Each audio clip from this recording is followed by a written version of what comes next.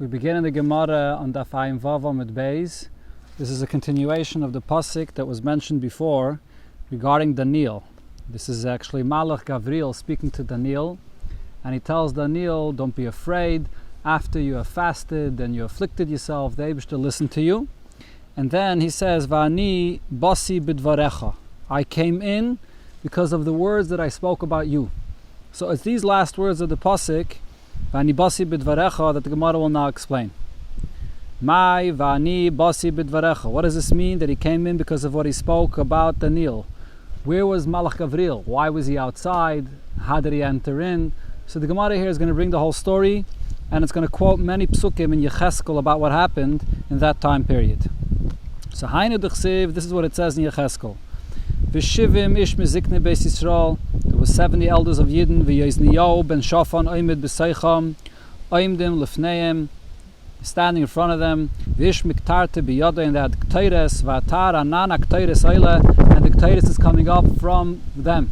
Meaning, they were bringing k'teires to Avodah Zarah. And then is a pasuk where it says that there's a vision that he saw Yecheskel, that vayishlach tabnes yad, a form of a hand took me, vayikecheni b'tzitzis roishi, and it took me by the by hairs of my head, vatisayisi ruach bein haaretz u'bein hashamayim, it took me up in the wind between heaven and earth, vatavai oisi Yerushalayim, I came to Yerushalayim b'maris alakim al pesach shara pnim misapoynet zafoyna. He came into Yerushalayim, inside the gates going to the north.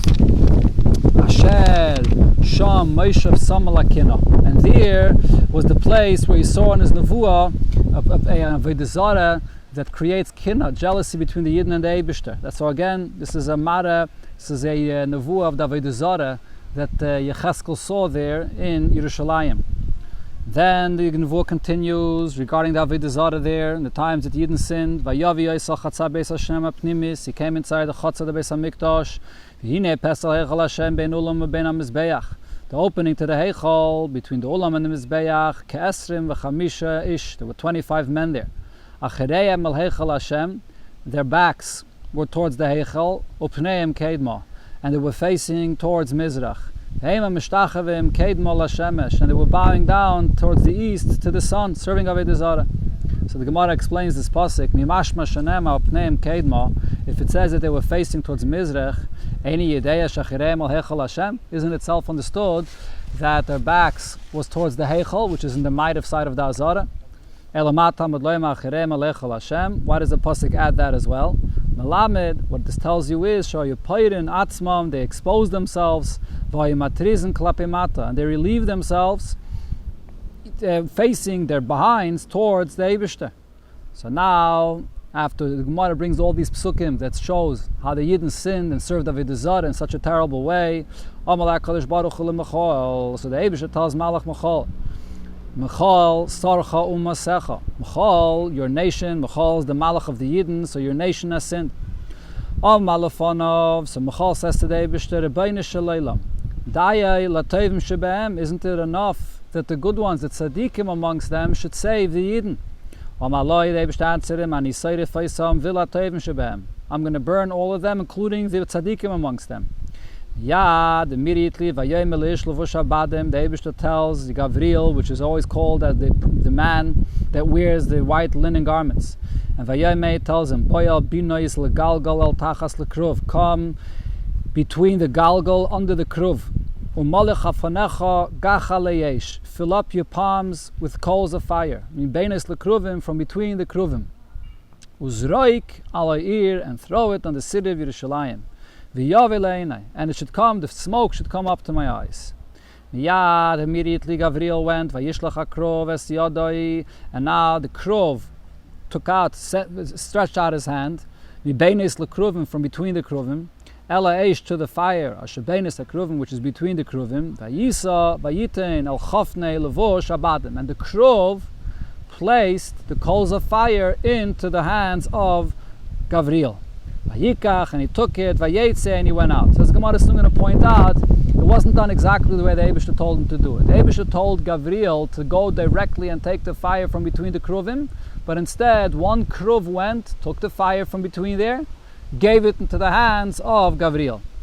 So now the Gemara says, Amar Rav Chana bar Bizna, Amar Rav Shimon Chasida, Il Malil, and it's Stanan or Gecholim, Miyadi Shel Kruv, if not for the fact that these coals wouldn't have cooled off from that time when the Kruv himself went and took the fire there and gave it to Gavriel, there would be nothing left from the haters of Yidden. In other words, there would be nothing left, no remnant from the Yidden because of the heat of this fire of the Gecholim. So he didn't fulfill exactly what the Eibishter told him, but because of this, the Yidden was saved. And it says in the Pasuk, so the Gavriel came to return and to report to the Eibishter,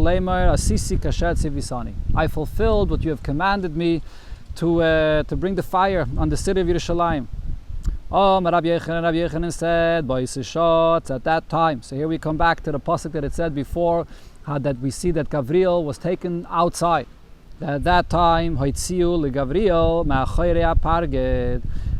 was taken outside the curtain. And they gave him 60 lashes of fire. Why? What did he do wrong? And they said to him as follows: Eloi of this, if you wouldn't have fulfilled what the Eibishter asked of you to do, to come and burn the city of Yerushalayim, Loi of this, you wouldn't have done it and it would have been okay. As Rashi says, even if you wouldn't have done it, we would have found an excuse and an answer to push it off, and the Eibishter will maybe have charata of punishing the Yidden. So it would have been a better idea to delay this. Of this, and now that you did listen to the Eibishter, Maila of this kidduch. So why didn't you do exactly the way you were commanded, to take the fire from between the kruvim? Instead, he didn't. He waited for the kruv to give the fire into the palms of his hands, and that cooled off the fire. Another thing that he did wrong, the of this, even if you did what you were told, which was a negative thing to punish the Yidden, Leslach, you don't hold of this that it says, Ein Meshivin ala klala, you don't come back to report on a curse, on something negative that you fulfilled, you don't come back to report on this. So why did you come back to report? So that's when he was sent out from inside the curtains. So what happened, instead of him being there, Aisua, Leduvil, Sara the Parsai, they brought in the Malach Duvil, which is the minister of the Persians. They placed him in the place of Michal. And he served there inside for 21 days. This is what it says in another pasuk. The minister of Paras stands across from me 21 days. Michal, one of their ministers from before, came to help me. I'm there together with Malchei Paras.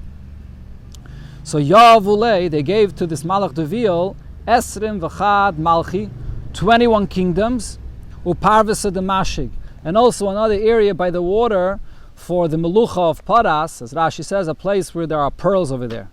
Omar, and he said, the Malach Duvil demanded, Kasivu li, write for me, li Yisrael, about the Yidden, ba'akarga, that they should have to pay me het tax. Kasvule, they wrote it for him. Then he also demanded, Kasivu li, write for me, Rabbanon ba'akarga, that the Talmidei Chachamim should pay het tax. Kasvule, they wrote him for that as well, they gave him that as well. So then they were coming to sign this document of what the Malach of the Persians requested to subdue the Yidden with these taxes. Gavriel, which was on the other side of the curtain and heard what's going on, he stood up and he said, it says a pasuk in Tilim, Shav lachem mashkim ekum achrei sheves. There's for no reason. Those that go to work and they get up early in the morning and they go to sleep late at night, they eat bread with such hard and sad work. So there's no reason to work so hard. Because the Eibishter gives also the same to Yedidei Sheino. So the Gemara explains, "My ken yitin Yedidei Sheino." This refers to the wives of the Talmidei Chachamim, that they are lose sleep at night, waiting for their husbands to come home late from shul, in this world, and therefore the Zeicha also in Eilam Haba. So this is the limut schos that Gavriel, from the other side of the curtain, was saying, so that they shouldn't sign on this document to subdue the Yidden and to demand head tax even from the Talmidei Chachamim. V'lo yishgichu olav. They didn't listen to this limud zchus that Gavriel said. So Amalafan of Rebbeinu Shalaylam. So he turned to the Eibishter to speak directly to the Eibishter, and he said, if all of the wise ones amongst the Goyim are on one side of the scale, and the Nil would be on the other side of the scale, wouldn't he outweigh all of them? So this was the limit schos that he brought Daniel into this. Amar HaKadosh Baruch Hu, the Eibishter hears this, he said, who is being melamed schus on my children? Amru lefanav, they said to the Eibishter, Rabbeinu Shalaylam Gavriel. This is Malach Gavriel. Amar lahem Yovai, let him come in. Shanamar, and this is the pasuk we began with, Vani basi b'dvarecha, that now because Gavriel was melamed schus on Yidden, and he used Daniel for that limud schus, so he's telling Daniel that because I spoke about you, I was let back inside. Amalahu Leol, come inside. So Ailu, they brought him inside. Also, and he came in, Ashkechelu Duvil. So he found this Malach Duvil, the minister of Paras, the Nokat Leila Igris Sebiyade, that he's holding this document, this letter in his hands about the taxes to place upon Yidden. So he wanted to throw it away from him. Bala. He swallowed it. Yikidamri, some say, Michtav Aveksive. This document was already written up, but mechtem le'avachasme, it wasn't yet signed. Ikidamri, others say, af mechtem nami avachasme, this document was already signed as well. Kidebale, when he swallowed it, machekle minei, so he erased the signatures. So Hainu then, this is the reason, the Malchusa de Paras, that in the kingdom of Paras, Ikke de Yov Karge, there are those Yidden that pay the head tax, Vike de Lo Yov Karge, and there are those that don't pay the head tax, because it was already signed, but he did erase it when he swallowed it, so therefore some pay and some don't. Then it says, Va'ani Yaitze, that Malach Gavriel, that it says, that I come out, and Vihine Sayovam Bo, and I see that after the Golus of Paras, and now the Golus of Yovan is coming. And Avi, he screamed, Veleked Ashkechbe, and no one looked at him about this, and that's when the Golus Yovan came upon Yidden. This is the end, the conclusion of this subject that we brought up, the Pasuk of Daniel, which was brought to prove that Rechitze is one of the Inuyim. So now the Gemara goes back to the subject, another source. I can tell you that Rechitze, the Ikri Inui Minola. From where do I know that bathing, washing yourself, is also one of the Inuyim Yom Kippur? Mihacha. There's a different pasuk. The Chsiv, it says, Olev Yasser HaKoyen, Omar HaMelech. The king, Shlomo HaMelech, told of Yasser HaKoyen, Anasais Loch Al Sotcha, Anasais, just a moment. Anasais Lech, you should go back to your city, Anasais, Al Sotcha, to your field. Kiyish Movisata, you're a man of death. But I'm not going to kill you today. Because you carried the Aron of the Eibishter in front of David my father. And you afflicted yourself with everything that my father was afflicted with. And this is when David was running away from his son Avshalom. So it says in this pasuk that the Lashon of Inui, his Anesa, that he afflicted himself. Uksiv be David. And what does it say there by David? What was his affliction when he was running away from his son Avshalom? Ki amru ha'am rav, the nation that was running away with David HaMelech is hungry, v'oyef, and is tired, and v'tzame is thirsty, b'midbar in the desert. So rav, we know what that is, melechem, from eating bread, v'tzama mimayim, thirsty from water. So what does oyef mean? Tired. Mimai, what is it tired from what? Lav merechitze, doesn't it mean tired from not washing, from not bathing? So the Gemara says, no, it's not a raya. How do you know that the term of inui here refers to not bathing? V'dilme minilas a sandal. Maybe it means that they're tired because they're walking around without shoes. Hello, Rav Yitzchak. So Rav Yitzchak says there's another source where we see that the term oyef refers to not bathing. Mahacha. Mayim karim al nefesh hayefa. Cold water to bathe a tired soul. So we see that oyef is when you don't have water to bathe in. So on this itself, the Gemara asks, but v'dilme mishtiyah, maybe it refers to being tired because they're not drinking the cold water. So the Gemara says, no, miksiv binefesh hayefa. Does it say that the cold water that enters into the person's body when he drinks it? Al nefesh hayefa ksiv. It says, talking about cold waters on the body. In other words, bathing in the cold water. So this is from where we see that one of the inuyim is not bathing, like it says by David HaMelech. From where do we know that wearing shoes is also one of the inuyim? Because it says by David HaMelech, this is also a pasuk that speaks about when David HaMelech ran away from his son Avshalom. David was going on to the mountain of the Ara Zeisim. Was crying. And it was Yachaf. What does Yachaf mean? Yachaf, mimai, lav, minilas sandal. Doesn't it mean that he was barefoot? He wasn't wearing any shoes? And this is referring to when he ran away from Avshalom, and we had before in the pasuk it said the lashon of Inui. So the Gemara says no, maybe Yachav means something else. V'dilme mesusya miratke. Maybe Yachav means that he was barefoot in the sense that he didn't have his horse and his whip that he usually rode on, and he was walking, but he was wearing shoes. There's another place where we see that the term Yachav means barefoot, literally.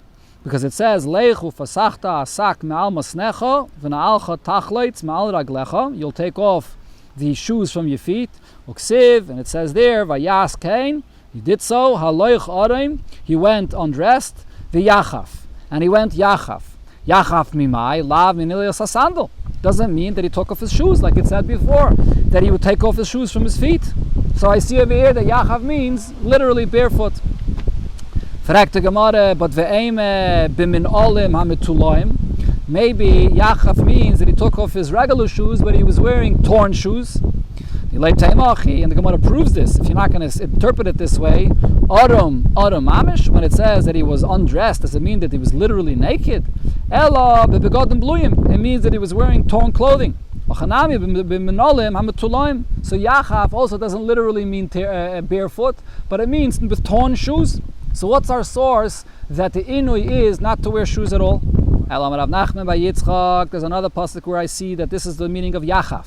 It says, Mini raglech miyachaf. Hold back your feet of going barefoot, ugreinech mitzama, and your throat of being thirsty. This is referring to the Yidden, as the Gemara says now, Mini atzmech menachet. Hold yourself back from sinning. So your feet should not be going barefoot. This refers to Yidden that go into Galus barefoot. Hold back your mouth of speaking, so that your feet should not, your throat should not be thirsty. And when you didn't go into Galus, they went completely barefoot, not with torn shoes. And therefore this is the source that the term Yachav means completely barefoot, and it said before, but David HaMelech ran away, that if he nisam, that it's referring to this inui, this barefoot as well is considered an inui. The next thing it said in the Mishnah, one of the inuyim on Yom Kippur, Tashmish, Amita, the Ikrim, Inui Minolon. From where do I know that marital relations is also an inui? Because the pasuk says, by Lavan, when he ran after Yaakov, so he said to him, Im ta'ane es benoisai. If you're going to bring pain to my daughters, V'im tikach nashim, and you're going to marry other wives, so we see over here that he uses the term Im ta'ane. What does that mean? Im ta'ane mitashmish, if you're going to bring affliction to them by holding them back from their marital relations. V'im tikach, and what does it mean if you're going to marry other women? Mitzares, from having other wives that you're going to marry. This is what Lavan was telling Yaakov. So we see that Tashmish Amita, holding back from Tashmish Amita, is one of the Inuyim. But the Gemara asks in this, Ve'eme idi ve'idi mitzares. Maybe you have to read the whole pasuk together. Maybe both parts of the pasuk are speaking about not marrying other wives. In other words, you read it as Im ta'ana as b'noisai, that you will bring affliction to my daughters. How? Ve'im tikach nashim. If you're going to marry other wives, so you read it together. So the Gemara says no, you can't say it's one thing together. Miksev im tikach. Does it say im tikach as a separate thing? Ve'im tikach ksiv. Sorry, again, let's do that again. Miksev im tikach as a continuation that the im ta'anes b'noisai. How? Im tikach noshim? No, it says with a vav, adding another point. Ve'im tikach ksiv, which is a second point. So the first part of the pasuk is talking about Tashmish Amita. But the Gemara has another question. But ve'eme, I could still say idi ve'idi mitzaris. Both parts of the pasuk, he's speaking about not making other wives a competition to his wives, which is Lavan's daughters. And what's the two parts of the pasuk? Chad litzaris didei. One is referring to the wives that he's married to, meaning Yaakov was married to Leah and to Rachel, and then he had the Shivchais, which were Bilhah and Zilpah. So what he's telling them is, don't elevate Bilhah and Zilpah to a higher status, so they should become a tzara, a competition to Leah and Rachel. That's one thing that he was telling him. And then the Chad, Letzares Da'asyalim Alma. Another thing that he's saying is, don't marry other wives, additional wives that you'll bring from elsewhere.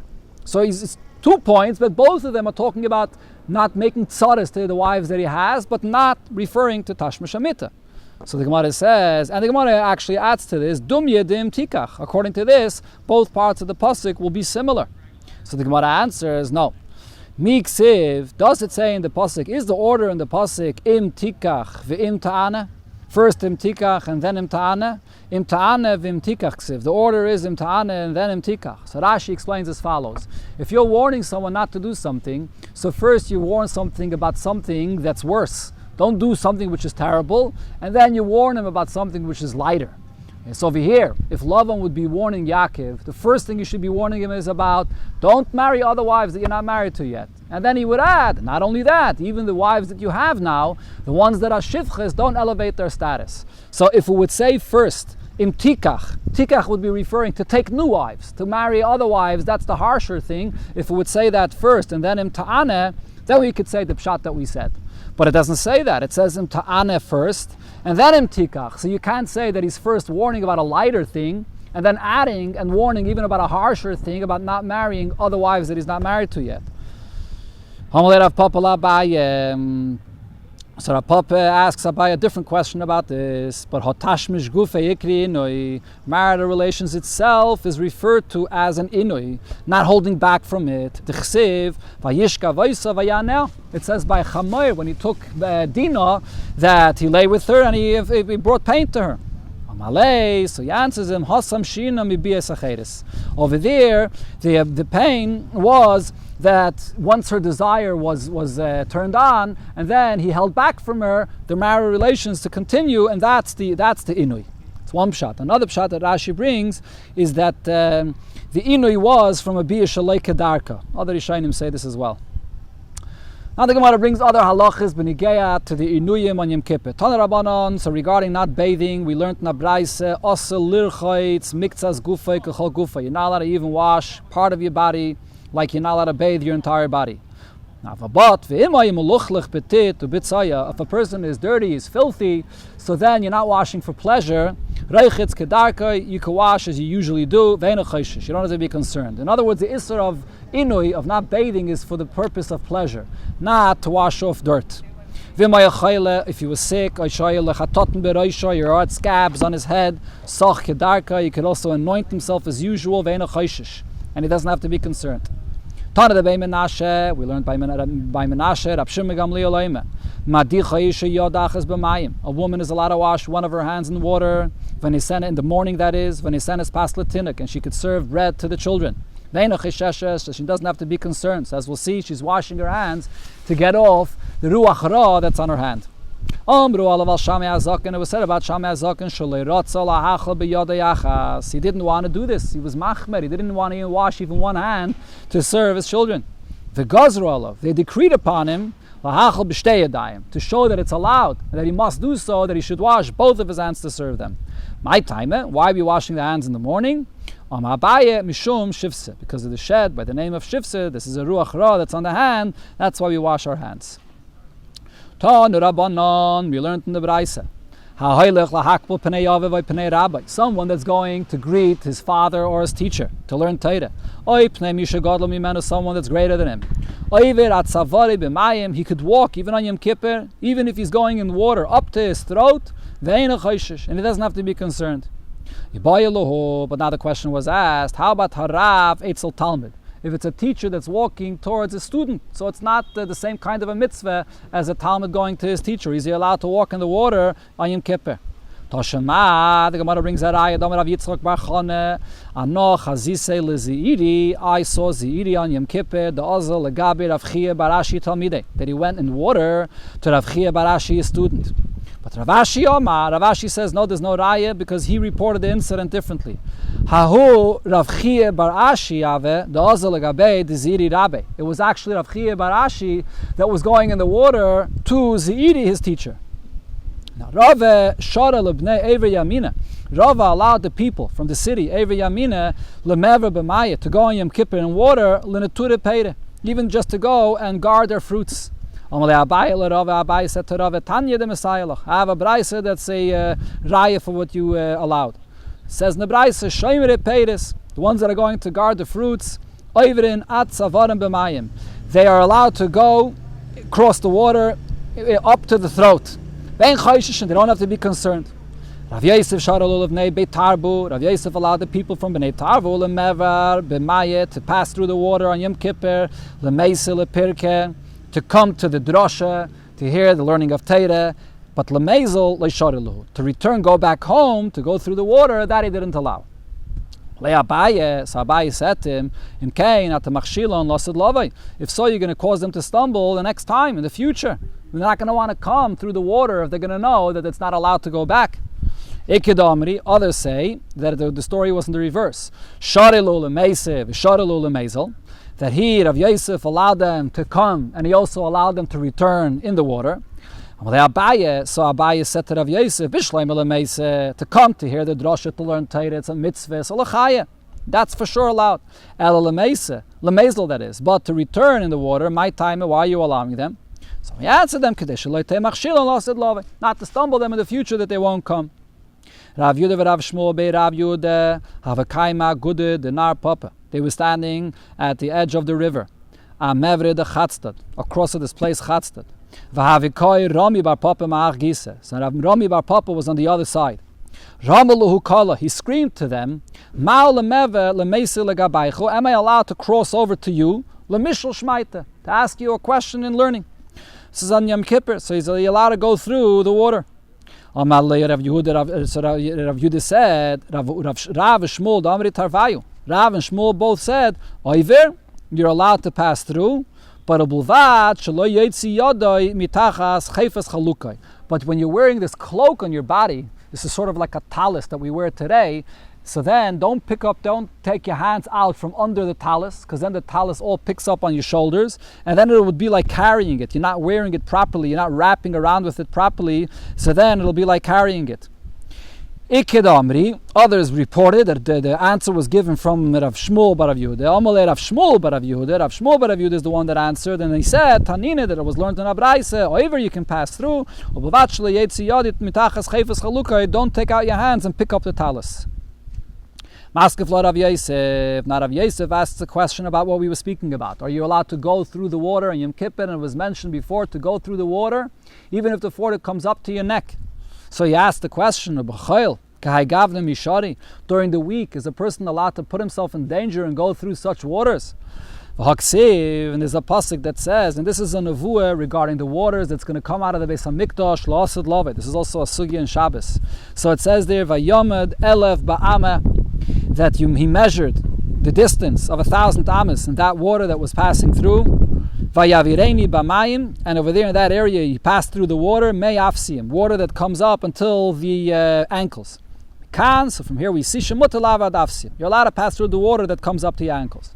When you continue further down that water, Vayamad Elef, and you measured another 1,000 amas, Vayavireni b'mayim, and they went through the water, Mayim birkayim. The water was up until the knees. And they went through it. So from here I see you can walk through with the waters until the knees. Vayamad Elef, he measured another 1,000 amas. Vayavireni meimas snayim, and he went through the waters up until the hips. And he went Mikan shemutalav ad misnayim. You're allowed to walk through the waters up until the hips. But Mikan ve'elech, further than this, Vayamad Elef nachal ashaloi uchalaver. He measured another 1,000 amas, and the river was so high, the water was too high, and you can't pass through. So how are we speaking before about going to your teacher, to your father, and walking in the water that reaches up to your neck? And Abaye says, Shani nachal de redifi maya. This stream that comes out of the Beis Hamikdash is different because the water is a raging river and rushing out, and that's dangerous. There, you're not allowed to go. Now the Gemara brings details about this water that comes out of the Beis HaMikdash. Yachal yavireni b'sichu, you would think that you could go through swimming.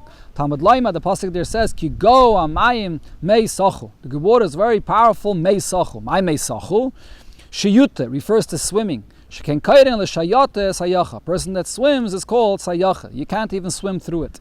Yachal yavireni b'borni ketana. You would think that you can pass through this water with a small boat. Talmud Laima, baltelech bayanishit.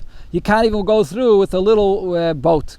Yachal yavireni b'borni gedoyla. I would think you can go through with a large boat. Talmud Laima v'tzi ade yolo yavrenu. Even a large boat can't pass through. My mashma. How does the words anishayit mean a small boat? Kedemetargem Rav Yosef loitezel be b'sfinas sayodin. You can't pass through with a small boat of people that are catching fish. Uborni rabasi loitegoizena. And also with a large boat, you can't cross through this raging river that comes out of the Beis HaMikdash. Amar Rav Yudah ben Pazi, Rav Yudah ben Pazi says about this river, Af malach hamavis ein l'rishus laver b'soicha. Even the malach hamavis can't pass through it either. How do we know? Ksivacha bal telech be'anishayit or ksivasa moshit ba'aretz. It refers to the malach hamavis. It uses the term moshit. So we see that over here, bal telech be'anishayit, referring to the malach hamavis that can't pass through these waters. Amar Rav Pinchas mishum Rav Huna tzipaira. Mayin hayotze mibeis kodshe kadoshim. This water, lasad lavi, that comes out of the kodshe kadoshim, betchila. In the beginning, it's a tiny drop of water that's as thin as the horns of a grasshopper. And then, when the waters come further out to the opening of the heichel, it becomes a little bit thicker, like a thread of the shesi direction. Then it comes further to the opening of the ulam, it becomes like the chut of the erev, which is a little bit wider thread. When this water comes to the opening of the azara, it's like the opening of a small little flask. This is what we learned in a Mishnah. Rabbi Lazar ben Yaakov Omer, Mayin mefachin asidin liyos yoitzen mitachas miftan abayis. Mayin mefachin refers to this water like the opening of a pach, of a jug or a flask, is going to come out of the threshold of the Beis HaMikdash. And then mikan veilech, from there outside the Azara, continuing further, hayim is gabe veilech, the water would go higher and higher. As we learned before, it goes higher until it comes to the neck of the person and even higher. Ad shemagia lepesach beis David, till it came to the house of David. Kivin shemagia lepesach beis David, nasek nachal sheitif. It becomes a flowing river. Shabai reichetzin zavim v'zavais v'nidos v'yeldes. And over there, the zavim and the zavis and the nidis and the yeldes, that's where they went to the mikveh. Shenema bayema o yiyem mokin niftach lebeis David ul yoshvel l'shalayim l'chatos. This was used l'chatos, which is the water used for the paraduma ul nida, and for the nida to tovel there. Amar Rav Yosef. Rav Yosef learned the halacha from this. Mikan remes. From here, there's a hint l'nida, for a nida, regarding the depth of the mikveh that a nida uses. The depth of the mikveh has to be that if she sits in it, or some say that doesn't refer only to sitting, but it refers to standing, the water should come up to the neck. So we're not referring to the actual tefillah, that of course has to be completely immersed in the water, but it's referring to the depth of the water. So just like we saw before that this was deep waters that came up to the neck, and this is where the nida taveled, so we know that the water has to be up to the neck, the depth of the water. But the Gemara concludes, "Veles hilchase kavase." We don't paskin like Rav Yosef.